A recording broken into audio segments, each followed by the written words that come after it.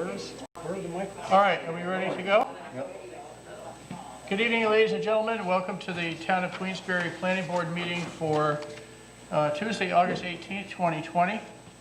This is our first meeting for August, our 10th meeting for 2020, and our 6th meeting under the new COVID guidelines, which hopefully won't last too much longer, we hope. If you have an electronic device, and I will remind myself, please turn it off or turn the ringer off so it won't interrupt our proceedings this evening. And you'll notice the illuminated exit signs in the event of an emergency. Those are the safe exits. With the COVID protocol in place, I would ask speakers to wear a mask. If you're in the room, you should wear a mask, and also to please disinfect the microphone with the wipes when you're done speaking.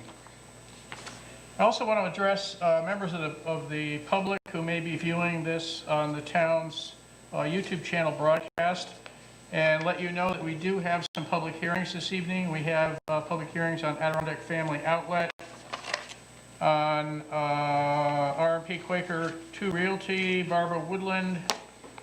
So if you wish to call in, we have a telephone number provided since our public accommodations are limited, obviously, under the pandemic.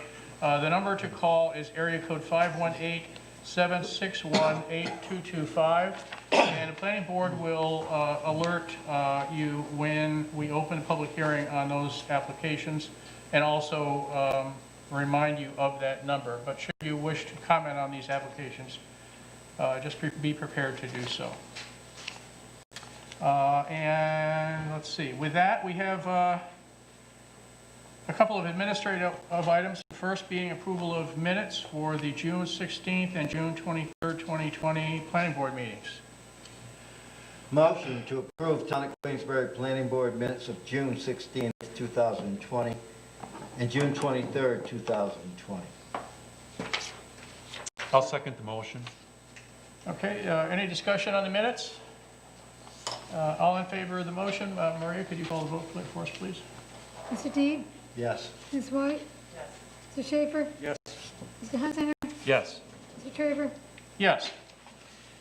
We note on the agenda that there was one additional administrative item for the Tillman project requesting a further tabling, and the board has been informed that the application since has been withdrawn. So we need to take no action on that, and that the application no longer exists.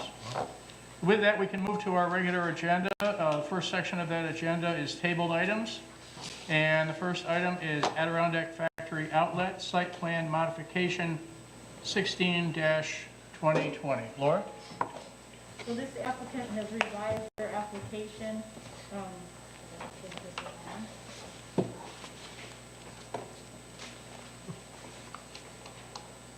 better? Yeah, it had to do with the green space, correct? Correct. I think. I'm not quite sure. They can't hear it. Testing. Oh, that's better, yep. Testing. Okay. Get right up to the mic, yeah. Again, so this application was revised. We had discussed this issue with green space last time. The applicant has since explained that the site plan done in 64/2019 is going to be there's no further work to be done on that. So that in turn actually increases the green space and increased the parking to the today's, still doesn't meet code compliant, but it does increase some spaces. Mm-hmm. So the applicant is only focusing on the facade on the north side at this time.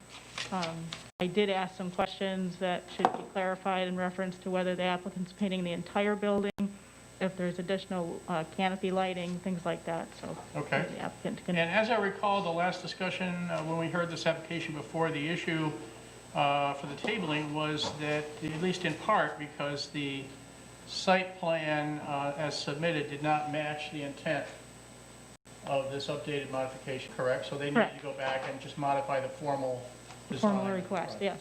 Mm-hmm. Okay, thank you. Thanks. Good evening, welcome back. Good evening, my name, for your record, Stephen Hall. I'm principal of Brzezinski Hall Architecture. With me tonight is Laura Pools.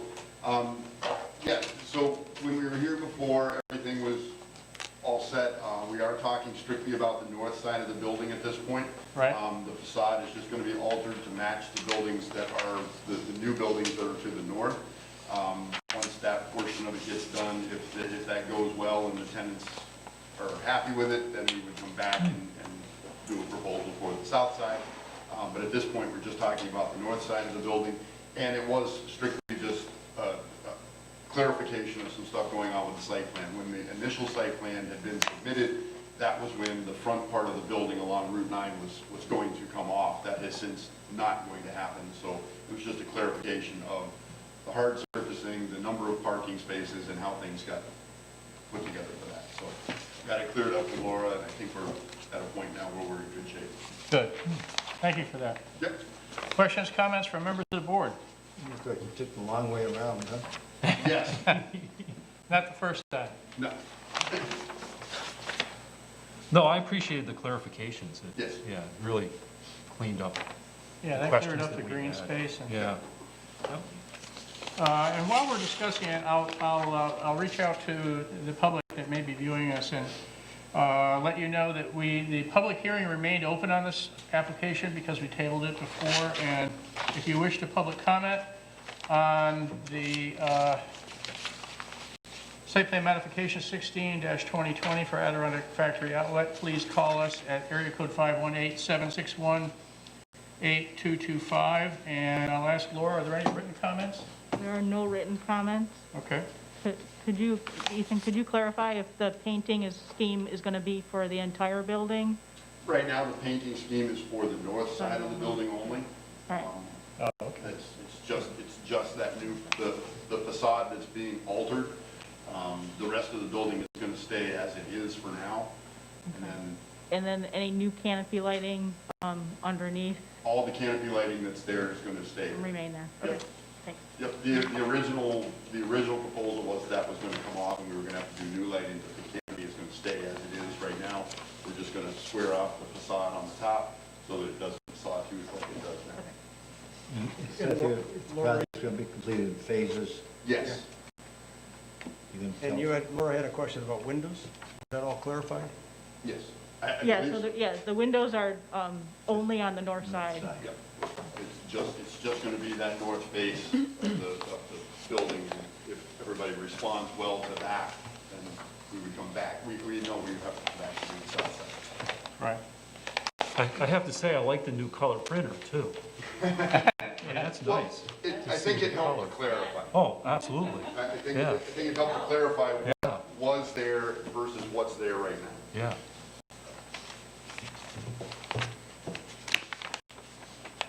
All right, well, I'm not, my phone isn't ringing, so we're not getting any public comment. We have no written comments. Is there anyone in the audience by any chance that wanted to comment on this application? Not seeing anyone, so we'll go ahead and close the public hearing on that. Is there any, do you have any further questions for the applicant from the members of the board? Yes, sir. Thank you, Mr. Chairman. I know I just dropped in. I apologize for my tardiness. But Ethan, I just wanted to compliment you. I know it was a kind of a shock last time, and it was like everybody's hands were up, didn't know what to do. So, but after, and I agree with Chris on the nice color print there of what's going on. And like I said, I just wanted to thank you for clarifying everything. All right. This is type 2 secra, so no secra action is required. I guess we're ready to entertain a motion. Motion to approve site plan modification 16-2020 Adirondack Factory Outlet. Per the draft provided by staff, conditioned upon the following. 1, waivers request granted. 2, the approval is valid for 1 year from the date of approval. Applicant is responsible for an extension of approval before the 1-year time frame has expired, and if the applicant has not yet applied for a building permit or commenced significant site work. 3, adherence to the items outlined in follow-up letters sent with this resolution, including items A through G. We have a motion, do we have a second? Okay, any further discussion on the motion? So I'm going to ask for a clarification. So at the top portion of the resolution, it doesn't identify the north side. I'm going to ask the board to amend that to ensure that it says the north side.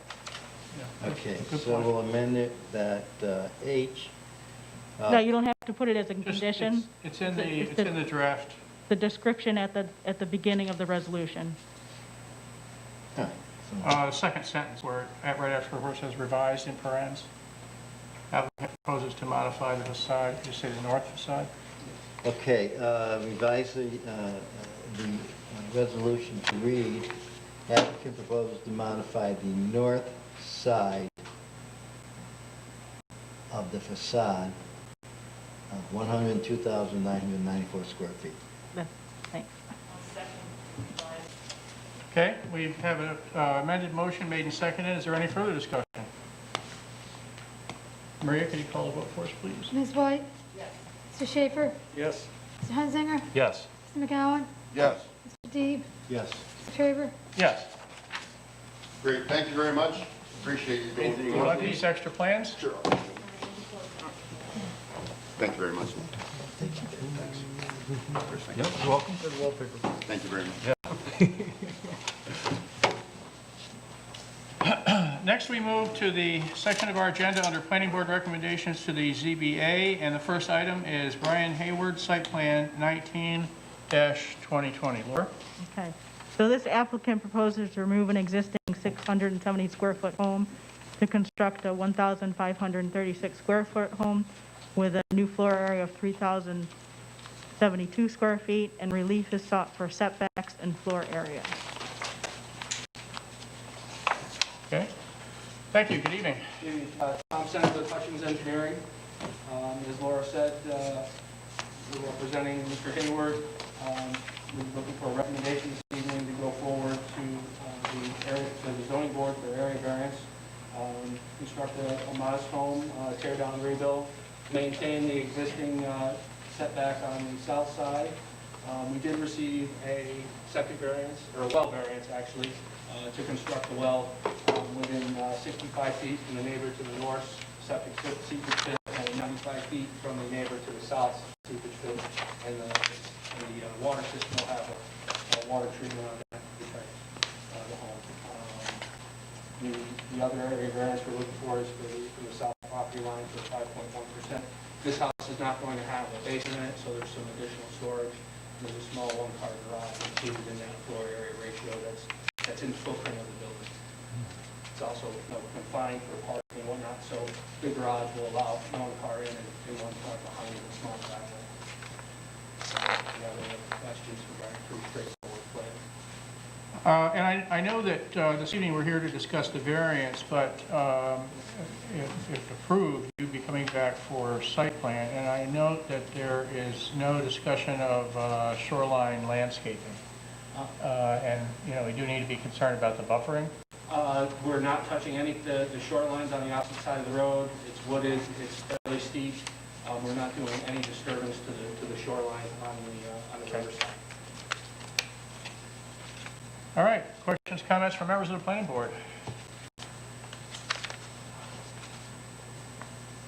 We have seen a lot of these applications. Small This is, discrepancy. I have a question. Tom, Yes, this is going to be a new house on the same location as the old? correct. It's going to be a little bit larger, but it's going to maintain the same south line, south wall. Why not center it on the lot instead of retaining the 2.9 feet? There's an issue going to the north where the neighbor's septic system seepage pit is on or over the property line, and getting construction vehicles and things in there.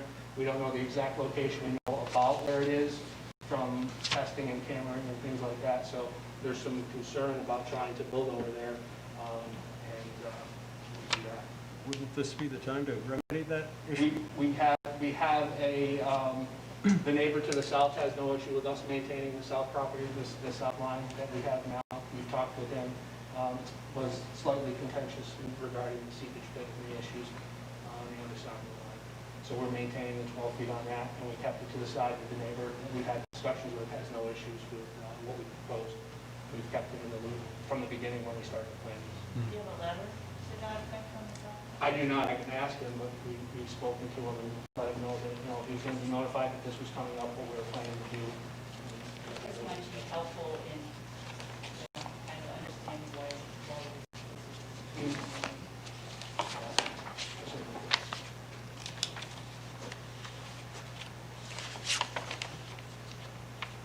There is no public hearing on this application at this point because it's a recommendation to the ZBA.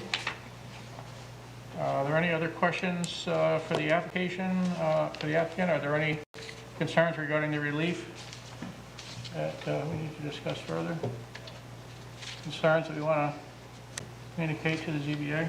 I just wonder if you could speak to the floor area ratio, because that is fairly significant relief requested. The footprint of the house is 1,536 square feet. So, Right. And we're doubling that. Within that footprint is, since there is no basement, there's 120, 140 square feet of storage. There's a small mudroom. There's a small storage area on the second floor. And then there's 330 square feet to the garage, the one-car garage, at the very front, which allows us to keep that parking narrower and in line. It allows a garage for some storage in one vehicle. So that's kind of, if we were to look at it, that would be where the difference. Other than that, it's a small, modest two-bedroom. Yeah, no, it really is a fairly modest house, yeah. Tom, if you calculated the floor area ratio without the garage, you know what it would be. It was included in the form. If I excluded it without I it, understand that. I did not back it up. But it, Interested to know, how much that, how close you would Yeah, that's a good point. be. At that Yeah, point. in the storage We're space talking too. about I mean, you're garage. Yeah. somewhere around 450 square feet, and we have, let's see, I didn't mean to make you work. sorry.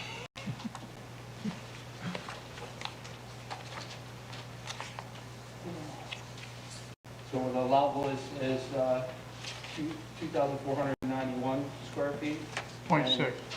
What's that? At .6. 10.6. Yeah. Yeah, these numbers are gonna be exact, so it's close to the, it's close to the difference, that storage area and that garage. That's what I It's thought, close to yeah. the difference between, Yeah, what's and there is allowable. no basement. Right, there is no basement. Any basement would be considered floor area, so that's why there is no basement. So, yeah, that was the other question I had, is the area that's the crawl space, how Yeah. high is that? It's less than the required, it would be considered living space, so 4 feet, 4.5 feet. Oh, okay. There's For also, mechanical, it's basically for mechanicals and, give plumbing.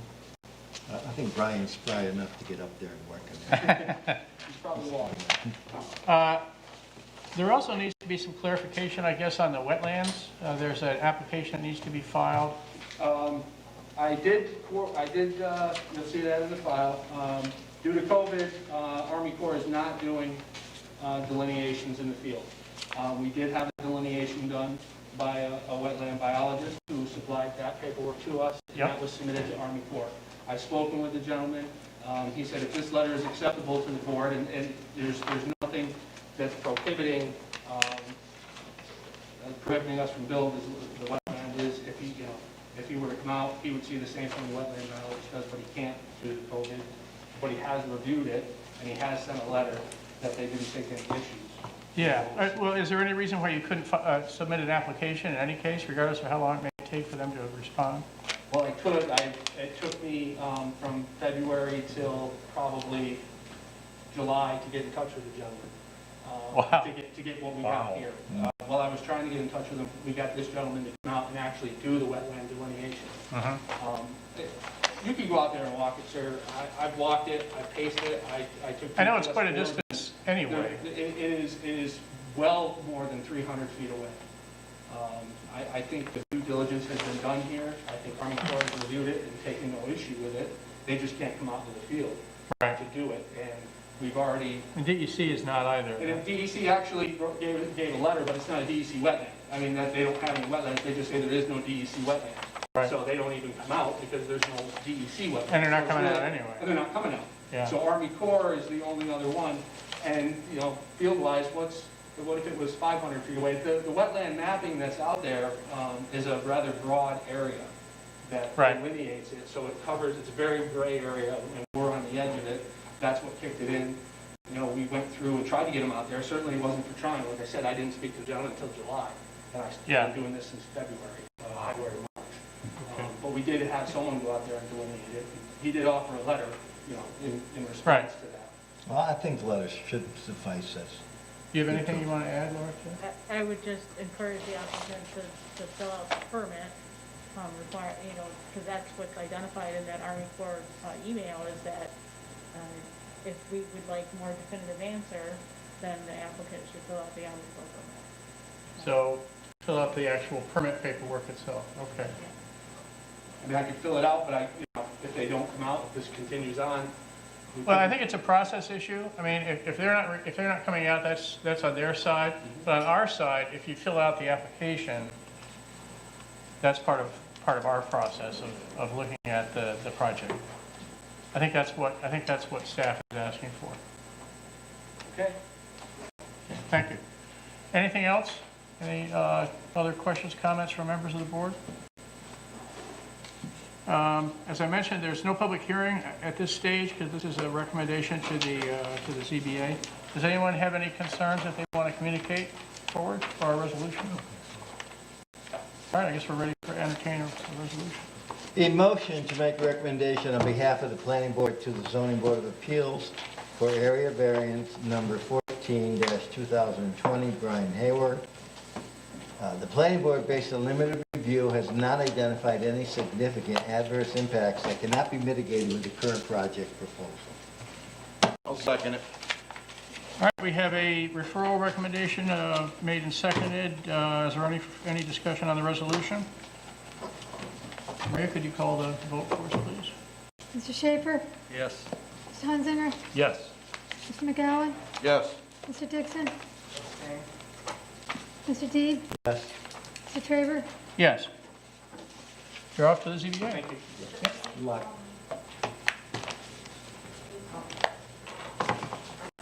You missed James? I'm sorry. Jamie, Marie? Miss Jamie? Mrs. White? Oh, our apologies. Told you to come close. And where's your microphone? Jeez, you're so far away, we can't see you anyway. Yeah. All right, the next item on our agenda is also under planning board recommendations, Benjamin Aronson Trust, subdivision preliminary stage 9-2020 and final stage 10-2020. Laura? So this application is a two-lot subdivision of a 10.32 acre parcel. The two lots include Lot 1 of 6.10 acres with a single-family home and shed. Lot 2 is 4.22 acres with an existing garage building. The relief requested is reference to Lot 2 for road frontage. They have 100 feet, they're required to have 200 feet. Okay, thank you, Laura. Good evening. Good evening. My name is Michael Muller. I'm the trustee for the Aronson Trust, and I'm here to support the application, answer any questions you'd like. We essentially have a single-family house that's actually not shown depicted on what's on your board there. There you go. The top lot is actually a large L-shaped lot, has a residence on it, actually has 3 garages that are attached and associated with that house. And the total acreage on that lot is approximately 10.2 acres. The proposal for subdivision is to create a line that would actually bisect so that the northerly lot would have 6 acres and the southerly lot would have 4 acres. That would have the residence and its associated attached garages as a separate parcel. It already has a purchaser contingent upon approval from the town of Queensbury on this plan. And the more southerly lot would be approximately 4 acres. And that garage is 3,000 square feet in the Adirondack Park. That constitutes a principal building. So in the effort to jockey and try to create lines and all of that, this parcel that would be the more southerly parcel didn't have any road frontage. Its access was through a right-of-way, a deeded right-of-way. And so the proposal, I asked the surveyor to get the maximum amount of frontage that would be possible in the zone. The required frontage is actually 100 feet. However, Ridge Road is an arterial, and so the arterial doubles that requirement. The plan actually is to do nothing to change any of the configuration of the property. There's an existing driveway will remain, the existing lawn will remain. And the plan is that that smaller dwelling that is actually facing Ridge Road will be covenants between the properties so that the front parcel basically will look like their lawn, will continue to maintain it. And the back parcel is, in my opinion, heavily wooded. The only exposure is actually that it banks right up against Toby's truck stop, the southerly parcel. And this seems to be the best use for the property. Okay, thank you. And so the relief is road frontage, because the new lot would not meet the minimum. Would not meet the double, it meets the minimum, it doesn't meet the double. Understood. Questions, comments from members of the board? You know, for the longest time, I go to Toby's to fuel up in diesel, so I look over, that's a beautiful garage that he's got over there, and he does maintain his property, and I'm, familiar with both sides, and so I, for me, the 100-foot doesn't bother me, especially, backing up to right in the corner behind Toby's Petroleum there. If you go to Toby's, you know it's pretty busy. Oh, it's a busy spot. Yeah. I just wonder, I don't know if I missed something, why you're doing it. What's going to be the use for the southernmost lot? Same use that it is now, private Okay. garage. Okay. I'm going to own it. Oh, okay. So no, there isn't going to be a house put up there? So the house is, that lot's really not suitable for a house. If you spend 5 minutes watching the traffic Yep. at Toby's, you typically have, at a minimum, 4 trucks that are running their diesels right there, parked right next to the property. Some of the best nights, 8, and it's really packed in there. Mhm. That's where the pumps are. Yep. You'd be out of your mind to try to put a residence Oh, there. okay.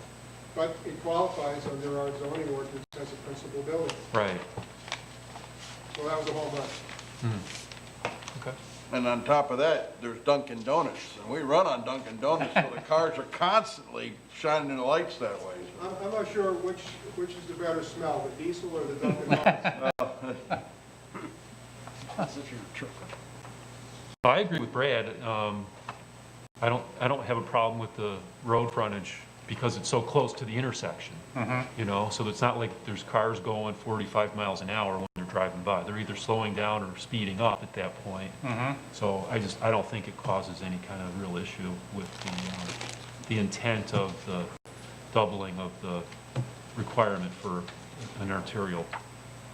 Okay. You'll notice on the application, I asked for a lot of waivers because there's really nothing that's going to be done different about this property other than create that line and create separate ownership. What you see is what you get. All the plantings are there, all the stormwater and erosion control remains there, the driveway remains the same. There's no excavation, nothing.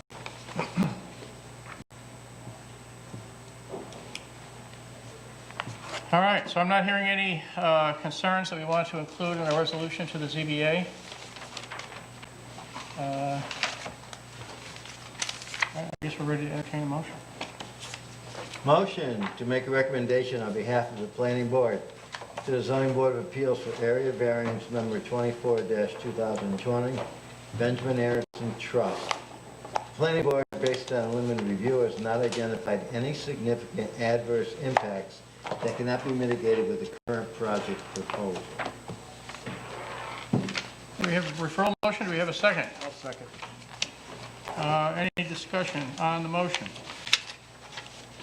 Hearing none, Maria, can you call the vote for us, please? Mr. Hunsinger? Yes. Mr. McGowan? Yes. Mr. Dixon? Mr. Deeb? Yes. Ms. White? Mr. Schaefer? Yes. Mr. Traver? Yes. You're up to the ZBA. Good luck. Thank you. See you next week. Good to see you, Mr. Muller. It's been a while. The next application we have before us is Frank and Cindy Stisek. My apologies, I'm probably pronouncing that wrong. This is also a recommendation to the ZBA for Site Plan 32-2020 and Wetlands Permit 2-2020. Laura? Okay. So the applicant proposes a new two-story structure, 2,196 square feet. The building use includes a two-vehicle garage, a living space with a recreation area on the second floor. Typically, it's known as a pool house. What happens here is the relief is sought to have two dwellings on one parcel where only one is allowed. Okay, thank you. Good evening. Hi, good evening. Dan Ryan, here on behalf of the applicant. As Laura mentioned, we're here for referral for the zoning board because the town does not allow multiple dwellings on some parcels. This would require a variance for that purpose. The intent of the project is ultimately to build a nice pool house. At the bend of the property, it's lushly landscaped. They spend a lot of time on the outdoors. There's a large cooking patio and a lot of outdoor dining. And so, because they do like to entertain for family and friends, the pool house is really the large mechanism driving this project. The other component of that is to have a garage that actually is usable for like an F-350 pickup truck these days. Some of the vehicles are difficult to get in the garage. So the first floor would consist of the pool house. We're calling it a pool house. It's basically a covered patio, small bar area, and a restroom. And the remainder of the first floor would be a two-car garage with a storage area behind it. And because it's a sizable structure, it seemed fitting to utilize the second floor for some usable space. And so they would prefer to use it as a living area for guests or family members that do stay on occasion. So that's what's driving the multiple dwelling scenario. There are two detached structures that both have living space. Ultimately, the project only disturbs about 12,000 square feet. Would connect to the existing water supply to the house and would have a small on-site sewage system to supplement the sewage from that building. There is, I think you mentioned some wetlands in the rear of the property closest to the bike path. They are designated or mapped as wetlands. I've done my field check. I'm not a wetland specialist, but basically the berm created by the bike path causes runoff to the channel along both sides of it, and that area is very wet. If you look at the photos that I provided, you can identify the line where the lawn essentially starts and stops. It's a couple of feet higher than that drainage channel. So I feel like that's been well defined, at least for the project, and that we're not really getting too close to that. I think it was like 92 feet to the structure. We do have stormwater mitigation, and the plan is to remove some asphalt in order to build the project and kind of reconfigure it all so that the pool house is essentially located around the pool and that it can function as a garage. So with that, I'll turn it over to Laura to answer any questions you have. Yeah, it's similar to a similar application we had this evening, the issue of the wetlands with the field work being curtailed in view of the pandemic. The staff is suggesting that you apply for the Army Corps permit. DEC. I think it's DEC in this case. DEC? I think they were DEC now, wetlands, part of the overall wetlands that go down to the Bay Meadows. Yep. We could contact DEC if it was preferred to have a field delineation. I don't think it'll change the approximation, but I'd be happy to do that. I don't think we'll have that done for next week. So obviously we have to get through zoning board as well. So. I think because they're not doing field work, I think it was just a process concern. Okay. If the application could be submitted so that that's been done, that would indicate that it's in the pipeline, and if they're unable to respond in a timely fashion, then that's DEC. But you will have done your diligence, and the application will be on record. That's not a problem. Questions, comments from members of the board? Well, there is wetlands, lots of wetlands in that area, so Yeah. it wouldn't be surprising, if there's wetlands on that property. I'm not an expert, but that, that whole area, right, is really good relation to our country club, has wetlands. My concern is, there's a pretty strong Queensbury doesn't allow two residences on a piece of property. I don't understand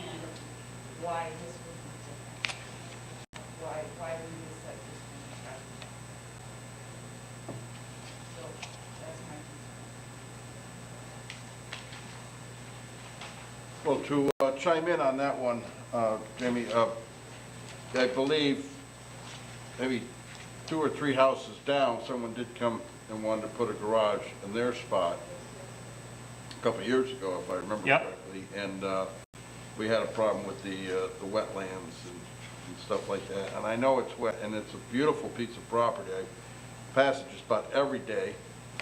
You know, and the pond, they keep it up beautifully. But I'm afraid it would be setting a precedence, you know, with the residents. You're talking, you know, downstairs bathroom and an upstairs bathroom and a shower and that. And, you know, that's 2 residents right there on one property. So I read this and I overlooked it, and I was going to get a feel on the board, but you know, this one kind of bothers me a little. I'm just not sure what to do. I mean, I understand why, but it's quite a large structure to an already really looking at a huge house. Well, it looks huge, but it's more the property around it that brings it. So. Yeah. Well, to clarify the issue of precedent, we're not an adjudicating body, so we can't actually set a legal precedent, but we can set a practice. So there is some potential there for other applicants to say, well, you approved project X, and therefore, you know, my project is similar. I don't think we've seen a lot of these applications. We've seen at least one, and I'm pretty sure we said no plumbing, no bathroom in that second garage, or that second structure. No bathroom? I'm pretty sure that's what we stated. It's my understanding that what drives the living quarters or dwelling is the kitchen. Correct. That's the defining practice that the town of Queensbury has utilized in the past. So without a kitchen, it would not be classified as a dwelling. And, okay. All right, so those are a couple of items of concern that we want to include in our referral to the ZBA. I'm hearing concern about the clarification of the wetlands so that we know exactly what the impact of that might be. And second of all, you know, the concern that possibly we're setting a practice by approving a second residence on one. Yeah, I wasn't sure if you were gonna, you know, call this a in-law apartment, you know? over No, I mean, garage. there is obviously no intention to rent it or Right. utilize it as a permanent residence for anyone. It's basically, they want to have it as a multi-use space for family and friends. They do entertain people often.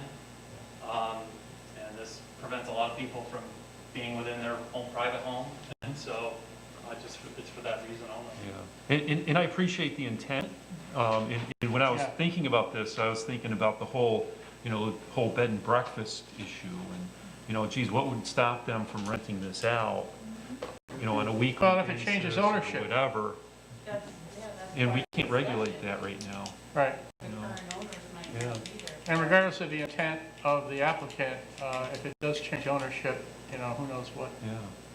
conceivably could happen. So, well, we're including that, I believe we're including those 2 concerns in our referral, and hopefully those things can be addressed. And the whole definition of kitchen, I think could be pretty gray as well, you know, because, you know, I can understand you wanting to have a bathroom there in a pool house. That makes sense. I don't have a problem with it, you know, and then, okay, we'll add an upstairs room, the bunk room, if you will, you know, and then we start to bring in, you know, maybe a little portable cooker, you know, and it starts to become that gray area that is hard to enforce. So, Dishwasher. I guess I would object to the fact that all site plans are need to be enforced. All approvals need to be enforced in some way or another. None of it cannot be enforced. right, And so this is no different than saying how many parking spots does the site need? Right. And is that compliant? And is the lighting adequate? right. I believe it's the same type of intent where if it's not allowed to be a dwelling with a kitchen, if there's one put in, obviously enforcement action can be taken. Yeah, no, I That's how agree with all you. of the approvals I agree with you, yeah. That's a tough enforcement action, though. It is. You got All of them to be are. able I to get mean, in there. Yeah. just Oh, it's different enforcing than parking stormwater spots and management. lighting. Lighting's Yeah. very, you can see it. I mean, Right. there's plenty of sites all throughout the town where homeowners violate I agree. code, Right. and Without building and technology. code come out and talk to them, and 3 months later, they do something else Yeah. that's Yeah. illegal. I have a neighbor that does that, you know, and code enforcement's there quite frequently. Oh. And they just do And so something This different. applicant's here willingly, trying to work with the Yeah. town, hoping that they can, Sure. find a way to, find common ground so that they have this Yep. functional space. And, that's, why we've made the application in Yeah. hopes that we can work through the issues. If there's concerns, are there conditions of approval that can be more strict or restrictive to give the town adequate enforcement power? They would entertain that. Yeah. No, I think it's a good discussion and debate to have. As Jamie pointed out, we haven't really hashed this out in quite a while. Tonight, we're Would- just raising it as a concern, correct? Yeah, absolutely. Would the applicant be amenable to not having living quarters on that building? Not I would having have what? to go back to Living them. quarters. I mean, I think they would still build a garage and pool house, some type of project, I think that would still happen. Wouldn't serve all of their needs, and so then they would probably be forced to, convert the existing garage to living space or do some other option, to accommodate, additional living area. That's just a thought. Might be able to solve some of this. So my understanding is our referral will include our concerns regarding clarification of the wetlands. So I guess I would like a little, are you asking for a delineation or just reaching out to the agency that oversees those? Because there's no, getting wetland delineations is almost impossible under the current state of affairs. Right. So, I guess my argument would be that the only wetlands that would affect this project are along the bike path, because nothing is to the north and nothing is to the south. It's obviously lawn and grass that can be seen in the photos. Right. So I guess I just would like a little more clarification what specifically, how I would provide the clarification you guys would want about the impacts of the wetlands. Right. in the project. Do you have any comment, Laura? I don't know whether it's raised as a concern, but you can clarify that the applicant is willing to reach out and do the appropriate process to communicate with DEC about the wetlands. They would require a permit within 100 feet in their adjacent area, basically, anyway. So regardless of the action this board takes, DEC permit would be necessary In the long run, so. in the long term as a condition of the permitting anyway. And that's potentially where that may lead at the board. I would be happy to reach out to them. I guess just the way you're saying you want clarification of the impact, I just wanted to know what I would need to provide to satisfy your question. Right. Yeah, and the reaching out or applying to DEC for clarification on the wetlands, I think would be that process. Initiating some correspondence with them. Yeah, Okay. so we can clarify that in our referral. And I'd be happy to bring back whatever, they Okay. have to offer. Is it clear that the only wetlands are the drainage of the bikeway itself? That's what's mapped. So basically it heads north-south along the bike I path. understand. And until it gets down to the low point, which is closer to Sweet Road. Mhm. That's where it crosses. Would it be helpful to be more clear on the drawings that is in fact? I can overlay the mapped wetlands. The problem is the mapped wetlands, include the bike path, which clearly is a wetland. I mean, we built the bike path through it at some point. The town or the county did that. So, Well, it's an old Railroad. bed. Yeah. And that's so that's probably. why I would define it as Yeah. a drainage channel. That berm, again, is Yeah. what's channeling the water. Absolutely. Yeah. Okay. All right, so we have those two items. Is that sufficient for members of the board for the referral? Okay, I guess we're ready to hear that. All right, so I'll read the motions. We have to amend it. We'll amend it. Motion to make a recommendation on behalf of the planning board to the zoning board of appeals for area variance number 25-2020 for Frank and Cindy Stacia. That's it, right? Stature. Stacia. Station. The planning board, based on limited review, has identified the following areas of concern. One, applicant will reach out to the DEC for clarification of wetlands. Do you want more specificity? Laura? No, I think that's fine. Two, setting a practice of having two residences on one property. We have a motion, do we have a second? Second it. Any discussion on the motion? Maria, can you call the vote for us, please? Mr. McGowan? Yes. Mr. Dixon? Yes. Mr. Deeb? Yes. Ms. White? Mr. Schaefer? Yes. Mr. Hunzinger? Yes. Mr. Traver? Yes. You're off to the ZBA. Good luck. All right, thank you. And of course, we could tell the ZBA that we recommended they not approve it, but we didn't do that. Yeah. We can do that? Oh, absolutely. Yeah, why not? Next, we move to the section of our agenda under new business, and the first application under new business is R&P Quaker 2 Realty, site plan 31-2020, and I will again remind members of the viewing public on our YouTube channel that if they wish to comment on this application, they should call area code 518-761-8225, and we'll be opening the public hearing on this application in a little bit. Good evening. Again. Dan Ryan here on behalf of the applicant. This project is the Niemer Chrysler dealership on Quaker Road. Basically, currently the facility does sales and service. A lot of the trucks they sell, they can't service adequately in their existing facility because the overhead doors are too small and the headroom is too low.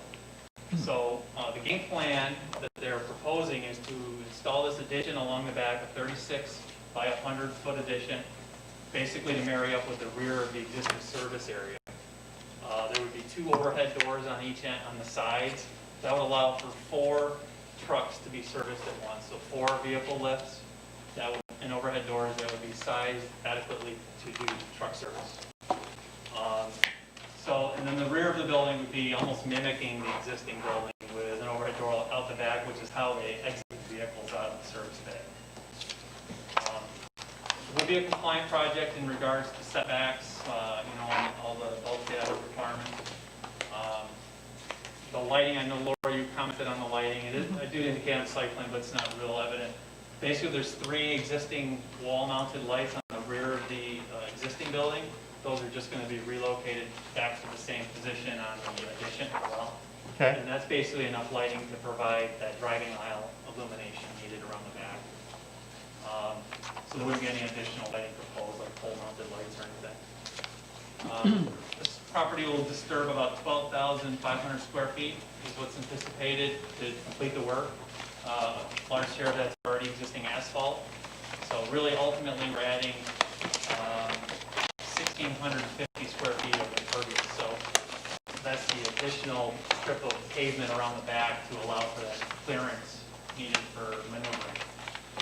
So that's the additional impervious on the property. We did address that runoff with that stormwater mitigation that's included in the rear. And we do have to relocate a couple of existing dry wells that are a little bit too snug to where the new building would be. So we're moving them out away from the existing building slightly to capture the existing drainage that those collect today. We did reconfigure the parking layout. Staff is concerned about the parking around the periphery of the site. If you've been there, there's been times or periods when there was a lot of inventory, and then there's times when there's less inventory, and so when they get maxed out, they've had a tendency in the past to kind of fill in the perimeter. So we've had that discussion, and we've tried to accommodate as much parking on, storage of vehicles on the parcel in a legal, convenient way that is, allows for proper maneuvering and safety. So we have provided a reconfiguration of all that to get to the allotted maximum number of parking spaces that can be utilized. Currently, they've had a shortage of inventory, so if you've been over there recently, I think there's probably been fewer vehicles than normal. So I think at this point, the intent would be to maintain and reestablish the perimeter pavement area that has been that was approved in the original project, and then to provide for this addition on the back, basically to allow for these additional truck service bays that they are needing for service. With that, I'll turn everything back over to the board, and if you have any questions, I'd be happy to answer. Okay, questions, comments from members of the board? That was my biggest concern, what you just mentioned. If you go by this, you try and navigate through this lot, you can't even move as it is, or there are a lot of times, all of those lots, that there is so much inventory that it almost, I was kind of surprised to see the approval from the fire marshal, because it's so difficult for just a regular sized car to get in there. And when you say you reconfigure that so that there would be adequate parking, can you explain that a little bit better to me? Yep. How that's going to happen so that it's safe? Absolutely. So basically, what you've been seeing when you're there is, it depends on the configuration of the car that they have and what's moving and what the sale of the week is. So they're always moving and shuffling vehicles around. And so ultimately, they have a stable inventory, and then they have to relocate and shuffle them around in order, to sell certain styles of vehicles at certain periods of time. So what I've done is review the entire layout of the perimeter and around the buildings to ensure that one of the concerns the fire marshal had was maneuvering for fire safety. And so I rechecked all of the maneuvering aisles to make sure we had that required clearance for the turning radiuses and aisle widths. And so that was incorporated into this layout. And we also were able to achieve an increase in parking spaces from, I think the original was like 140, and we're getting closer to 160, I think it was 169 maybe. And so those additional 20 spaces, 25 spaces will help alleviate those times when they have the maximum amount of inventory. One of the other things they are researching, and they haven't had any success, is trying to do either parking agreements or sharing land with other commercial properties that aren't utilizing their parking lots that are large and excessive and unused. They've been trying to find a place for other inventory if seasonally they had an excess. So step one was kind of get the service needs and reconfigure what they have so they can maximize it. And then their second component of the future part of this is to expand. They did have a project in front of us coming to this board this spring for an adjacent parcel, and that didn't work out. So this was the next step to kind of start making improvements. So that will be continuing under consideration. Absolutely. Because, you got young kids out there that are just moving those cars. And No rhyme or reason. Yeah, Yeah.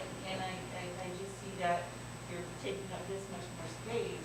In my mind, it's automatically going to be more of a problem. But if you're working on it, some off-site, and then you reorganize. Yeah, it's certain times of year when inventory's high, and obviously certain, holiday seasons, there's certain times of year where the vehicle inventory is a little bit high, and, they want to squeeze them on where it's convenient. But I think they need to get a different practice, which is, what do we have allotment for, with space, where else can we utilize to get the overall? So that's an ongoing discussion for, as things continue. And that's the biggest difficulty with cells that have multiple types of manufacturing. It's not just one vehicle style or one manufacturer, it's multiple. Do the neighbors own the building down the street where it used to be hers? I don't believe they own that. No. I think they had a That's agreement. That's still, You got agreement with the Barretts. Yeah, that's still there. to use the Okay. facility. I know that they're set up for business there. And I believe they were using it for some service or maybe some parking. I guess I'm not 100%. There's still a lot of parking on there. I thought they were, I think the whole deal was to move the trucks, because they've been having this, problem in that. But I think having two different buildings on, and it wasn't walkable, because they're, PSM is in between. I think that's, if I heard correctly there, before it was, too far. And you know how sales, you always have to, sit down and then you got to run to the manager. And then you gotta come back, an hour and a half really later, hard and, to- hey, we're really close, but, fragment. I'm only kidding. And the project we did have planned, which was submitted, was eventually withdrawn, was the building directly behind them. And so we were able to put a connecting driveway to the two, so that this, it made things a little, the flow a little better. Fortunately, that deal just didn't work out, and so they're trying to address the same types of problems, but, using their existing site. Now, I know the lands to the, Quaker Road, the west, east, Terra Stones, I mean, that's like been vacant for years. It's very wet. Is it? Yep. But it's just a parking lot. Yeah, I think they've negotiated with just about everybody adjacent or around them at some point. I don't know the details of, what they've pursued in the past. But no, I give you kudos for redesigning. I mean, that can be a tight parking spot, and, I do worry about, there's quite an inventory there, and if a fire for the emergency vehicles, even though we all have insurance, so that's a lot of insurance payout on cars nowadays, as you know. But, no, to increase the parking, if you feel that, I'm comfortable with that. So. Have you seen the engineering comments? I have, yep. Okay.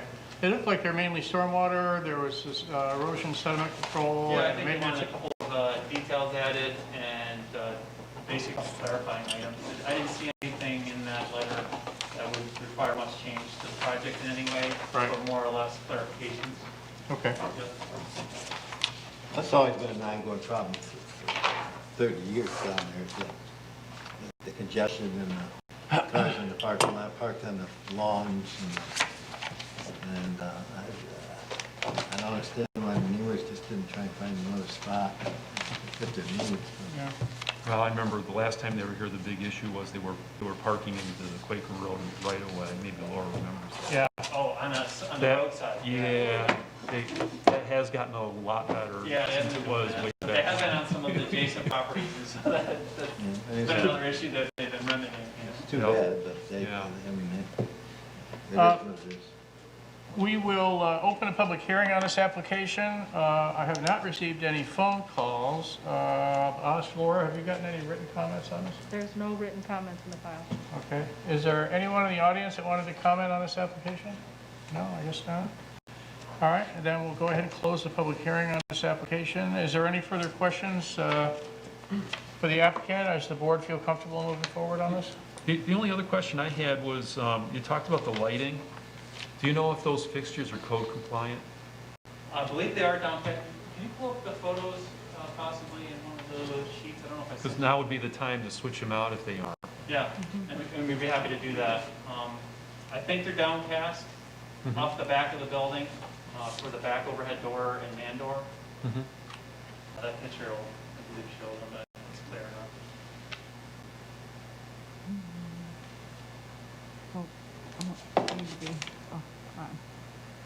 Can you zoom in on that photo you have Looks like two wall packs, doesn't it? there? It might be tilted up maybe. Yeah, hard to tell. If you want to just add a notation that we review that and have it be code compliant down as Okay. pictures, we can change them out. That's not a problem. Hang on, Dan, let me blow it up. So here's your, It's a special paper. this is a great view for the parking Yeah. congestion. Yeah, yeah. That was devastating before the pandemic. Actually, in that, Actually ran out of vehicles, I think, definitely. The lots are empty. Yeah. The lots are empty now. Yeah. so actually, when you're looking at that view, on the north side, are you interested in putting any trees in?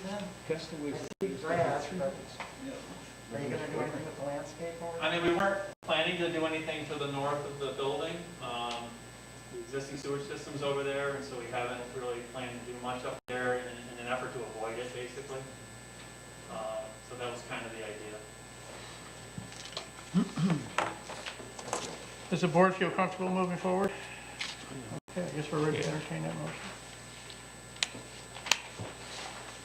Okay, motion to approve site plan 31-2020 R&P Quaker 2 Realty.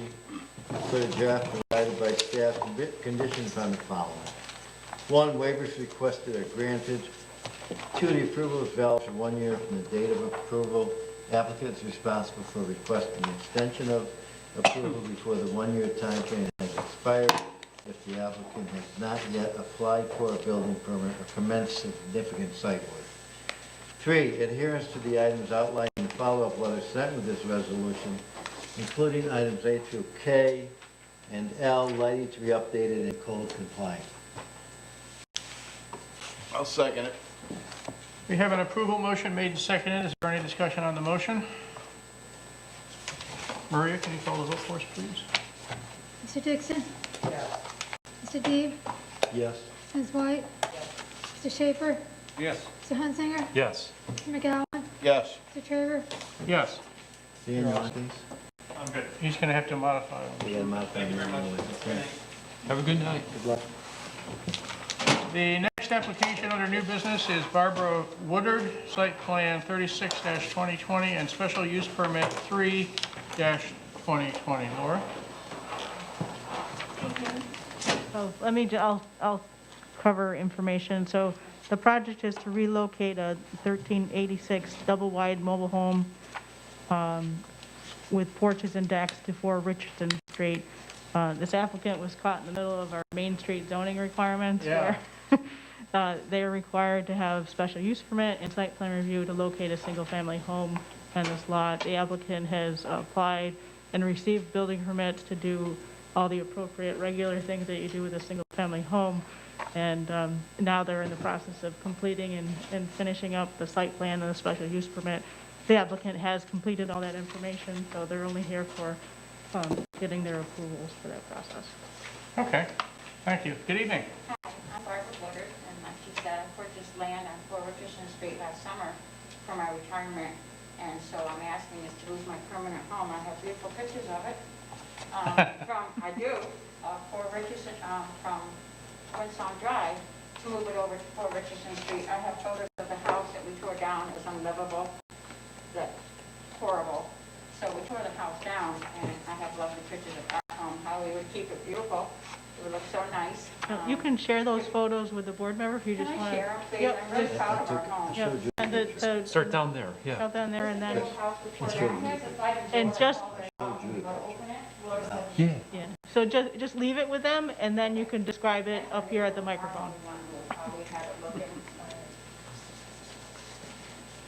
Thank you for that. Yeah. So anyway, I put all my pension and everything into this home for my retirement and to live the rest of my life out there. We've already got our swimming pool there and put up a nice 6-foot vinyl fence all the way around the lawn. It looks gorgeous. It's just beautiful. All we're missing now is our home. Perfect. You're even mowing the lawn over there, Oh, I it's see. gorgeous. Have you seen it? Isn't it beautiful? Yes, I love it there. And my favorite thing was that beautiful maple tree. That's the big tree right in the middle. Oh, it's gorgeous. That's what made me buy the land. I looked at that and I kept saying, isn't that going to, is that going to hit the house? No. How about the pool? I My mean, living room was so beautiful. but the pool's right behind it. The pool's behind it, right out in a nice sunny spot. So, I said, God bless you. I mean, you thought that tree could be a oh, problem. that tree's not going. Well, I don't want it to go. Yeah. I It might be like a limb might have to come off in the front. We might have to cut a limb from the front and one to the side. But the neighbors are all great. We love them all. They love us. And they're excited that we got rid of the eyesore. Yeah, good. I also want to alert folks that may be viewing this meeting on the town YouTube channel that there is a public hearing that will be opening shortly, and if you wish to comment by phone, the number to call is area code 518-761-8225. And we'll open it up for questions, comments from members of the board. The applicant's basically here because of the Main Street zoning. It's more of a formality. Yeah, Nothing would change. The house would go in the same spot the other one was in. right. So it's just going to look better, Yep. be well maintained. And it was already inspected by the town, Yeah, we have authorized it. to be moved. Yeah. Okay. No, I do have to say, when I first read it there, you know, you're classifying it as a, did I see double wide? Yeah, But it's actually a manufactured home. yeah, 2 of them. It's really a modular home.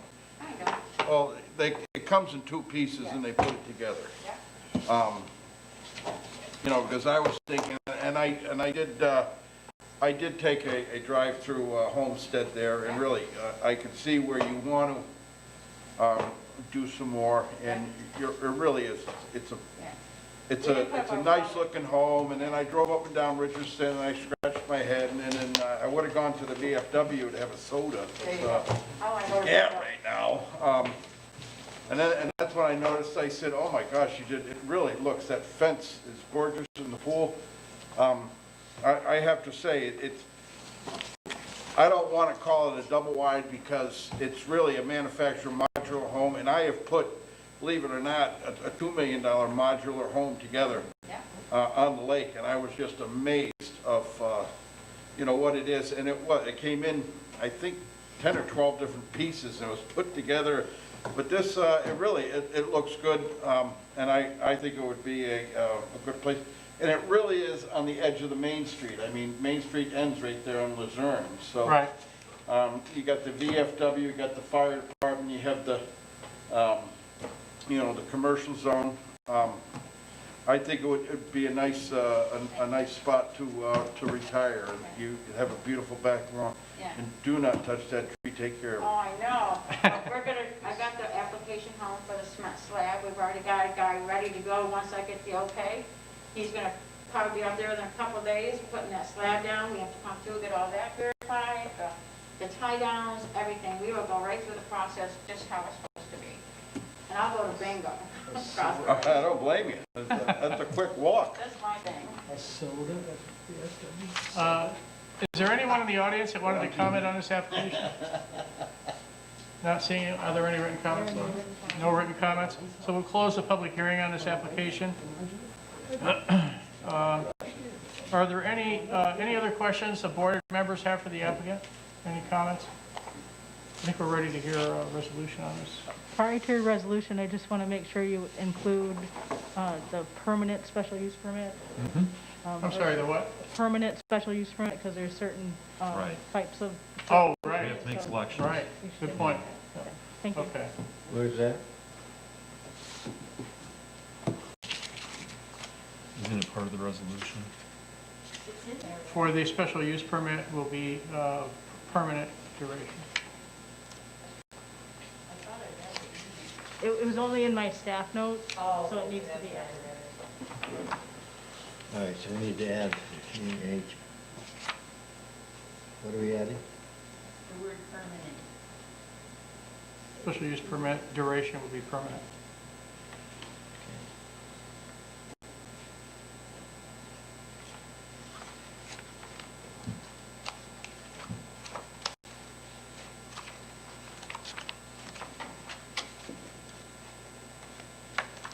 While they're looking at that, I really got a kick out of the title. I mean, it was like, this we have to get back to you because this is, you know, this is so real looking. That's what you get with a title. It's funny, Brad, when you were talking about the modular thing, I remember being astonished because you remember the Ambrosia Diner that we approved as part of the pyramid?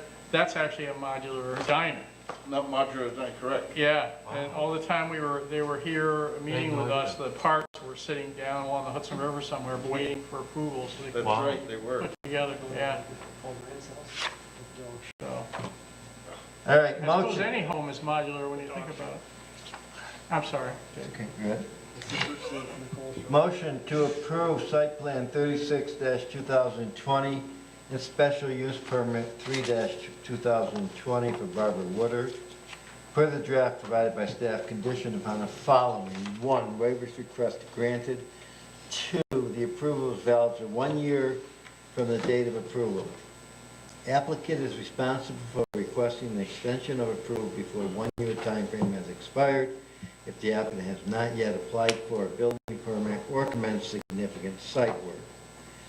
3, adherence to the items outlined in the follow-up letter sent with this resolution including items A through G and H, special use permit to be permanent. I'll second that. We have an approval motion made and seconded. Is there any discussion on the motion? Hearing none. Marie, can you call the vote? Roll call for us? Mr. Schaefer? Yes. Mr. Hunzinger? Yes. Mr. McGowan? Yes. Mr. Dixon? Yes. Mr. Deeb? Yes. Ms. White? Yes. Mr. Traver? Yes. You're all set. Good luck. Thank you so much. Can I have my pictures back? Yes. Take on. I love my home. I can see that you do, and really, They said it'd take like 4 days, take apart, put it back together again. Wow. thank you for your due diligence. Thank you and so going much. through, and I love you all. you have a good, Enjoy your retirement. Stop by and see it now. but you have to, hey, pick up your paperwork, though, right? Stop by and see it Right. when it's done. Can't miss it. You won't. Thank you. Guess you- All right, and next on our new business, we have a sketch plan discussion with Foothills Builders LLC, subdivision sketch plan 11-2020. Laura? Okay, so this applicant proposes a 19-lot residential subdivision. I've noted that the average lot size is approximately .83 acres. There are obviously some variances that would need to be applied. In this case, as it's an MDR zone and where 2 acres per lot is required. And I identified some code excerpts, for moderate density residential and density residential design requirements. Okay, thank you. Good evening. I'm Matt Huntington with Studio A. I'm representing Foothills Builders. And yeah, as Laura put, we will be looking for, really the only variance that we'll be looking for is the density variance. As she said, this is MDR. Right now it's 2 acres per lot. We based our proposed lot size here on the surrounding neighborhood area. Within 500 feet of the site at the map that you're looking at there, the average lot size is around 0.9, but immediately to the north of it, we can see they vary either about 0.3, 0.4. We're trying to keep all the lots around an acre or so, 0.8, I think, being the lowest. The reason for this is we feel that the site can handle that type of development. Or if you don't mind going to the survey drawing. So on this, you can kind of see the squiggly line representing the wooded area to the left on the drawing. So right now, it's currently an open farm field, and on the other half, or a little bit more than half, is kind of a wooded area. So we went out earlier this spring and performed some test pits out there. We did 2 out in the farm field area, and we did another 2 out in the wooded area. And what we came across was no evidence of groundwater, no bedrock, really no restrictive conditions, and a pretty good sandy loam material that handles stormwater and wastewater. It's pretty much an ideal soil for absorption rates on those. So, you know, these houses are going to be required to have on-site septic and wells out here. And we were able to, if you don't mind going to the next drawing with the actual subdivision layout.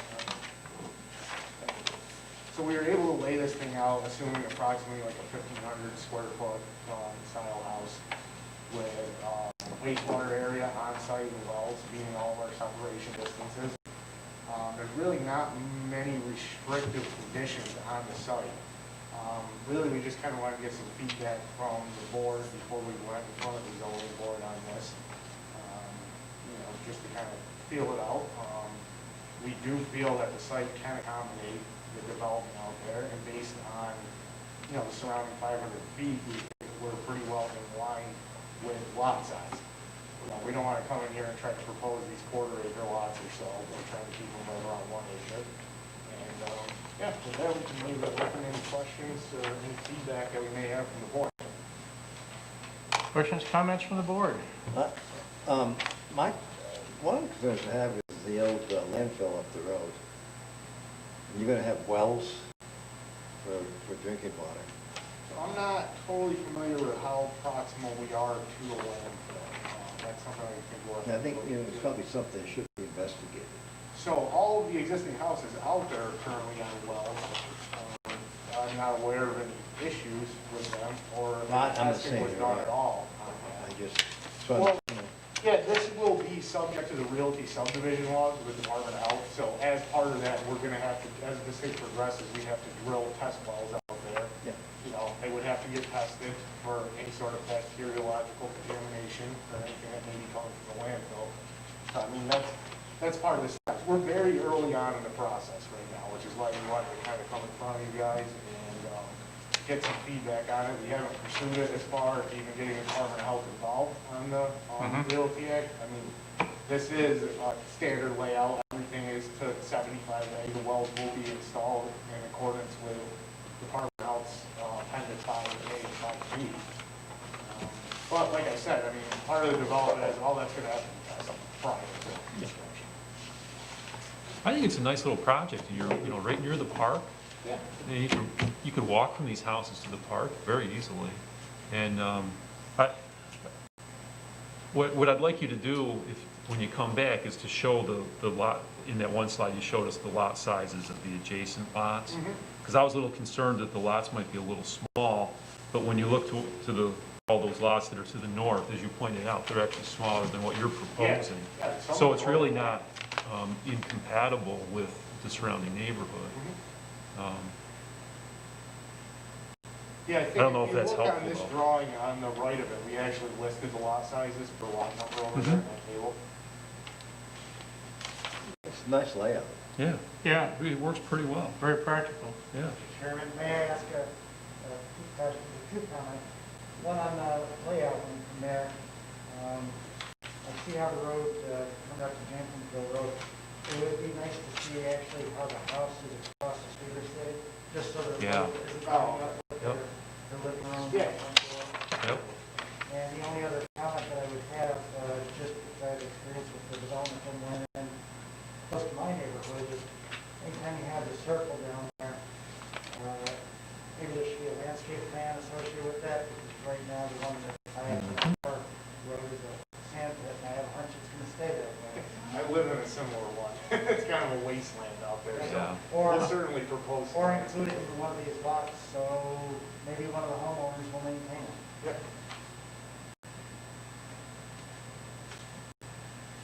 Any other comments?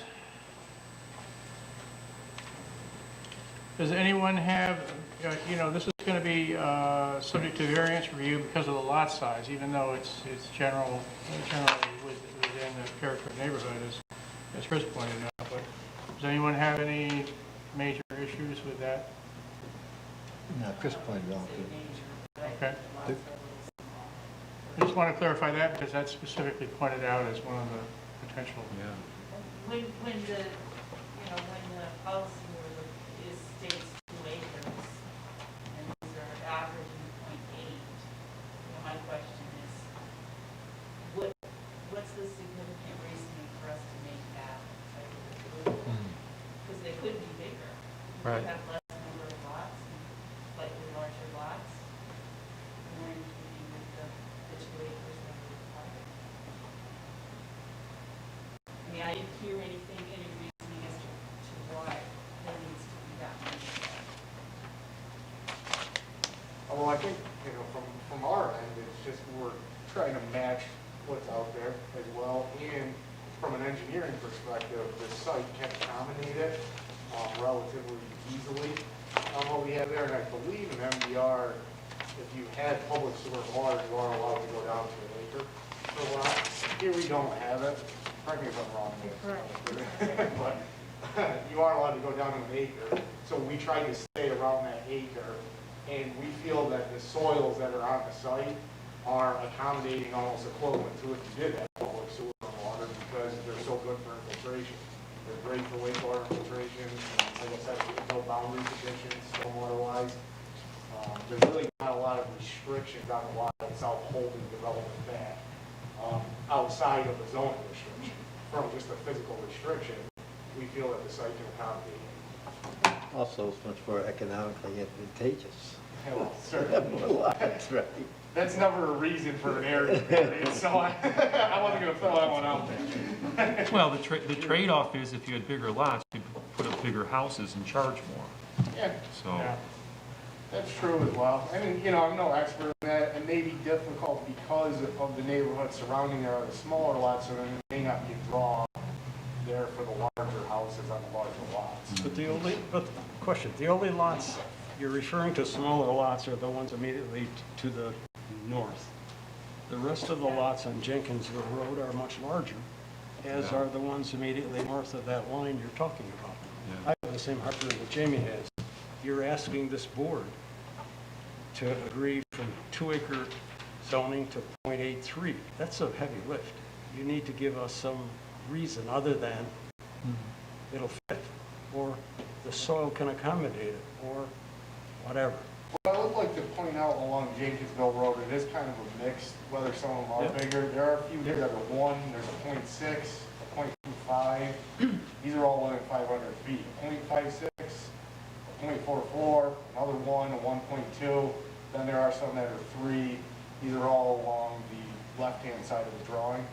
And then immediately south of the project site is where you have a .44 or .25, you know, some stuff averaging around 1. So we do feel that it's a pretty mixed conglomeration of lots there, that a lot of them are close to the 1 acre limit that we're proposing. Well, it's not 1 acre, it's .83. Yeah, that's an average lot size. I mean, a lot of them, if you look at the table, I saw it too. you know, you're between .83 and 1 acre or so. So, I mean, you have some that are in the .9 range, you have some that are 1. You have any questions for us? No, I think this is exactly what we're looking for. We were looking for a little bit of feedback and kind of an open discussion on it. Okay. Well, we'll look forward to seeing it as it moves forward. Well, you know, if possible, could you look into the small reduction there, and see if you can get the lots a little bit larger? I mean, I understand what you're backing up to, and I know that neighborhood, and that was, boy, they were built a long time ago, 1964 era type, you know, home. You are talking wells. I know the soil sand, it's pretty sandy out there. And that's part of the tail end of the nice digging vine there of fill that all the pits have. Yeah. But if, you know, I have a tendency to agree with Jamie there, if you're able to shrink them down and get them a little larger so it doesn't look so urban-like, you know, you are kind of in a country setting. I think you might be able to achieve a little bit more price, land price on your Yeah, I mean, the other thing we can do to help mitigate that is, you know, I mean, we can create a landscape plan that's part of the subdivision development that shows areas of trees, that wooded area that need to be maintained, and possibly planting newer ones. I mean, if those are all the things you can do, you know, to me, it's just, I drive it, you've utilized the land and you've really done a nice job. But if we could just add a little bit more, because you really are, you're out there in the country. And I know a lot of people that, you know, tend to want to live out there because you're kind of in your own little nest egg out there. But if you could, you know, drop it down, you know, 3-4 lots and make them a little bit larger and do a price comparison, you know, price per lot, it might work out to be the same. So kind of along those lines, the map that shows the sample houses on the lots, you know, when I first looked at that, my first thought was, where's the garage go? So if it's that small, the garage is going to go right in front of the house. Very regimented. Yes, very cold, very regimented. Well, some of you the know. rectangulars, So don't have a house if there's like a house design, you know, that you had in mind, you know, maybe the models of the houses that you plan to put in there will help drive some of the design. And that was just a thought that I had. Yeah. Right. You know, because you know, you talk about the way you know, the public views your house and the way that your house presents itself to the public, if all you see is a garage door, you know, that's just not very welcoming and not very friendly, and that's what mostly we have in Queensbury, unfortunately. Yeah. A lot of these smaller subdivisions especially. I'm glad you brought that up. I was gonna go and start moving mine right now. Yeah, right? Well, I think too, if the applicant, you know, is open to it, they have done some developments in Queensbury that you can Okay. certainly drive around. Sure. And look at what they produce. John Clendon being one of the most recent ones. Okay. So We are aware of that. Yeah, we cover well. We went through it. Yeah. Joey went through it too. Yeah, so, you know, I mean, you can get kind of a feel for the type of product that they provide. Yeah. And we certainly can reflect that on the plans as well.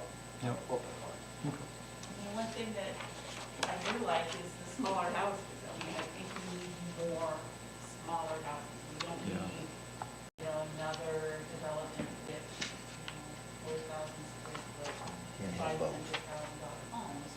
You have a small, There are plenty of lot. people who need smaller homes, which I like that, but that whole concept of there's many Okay, nice.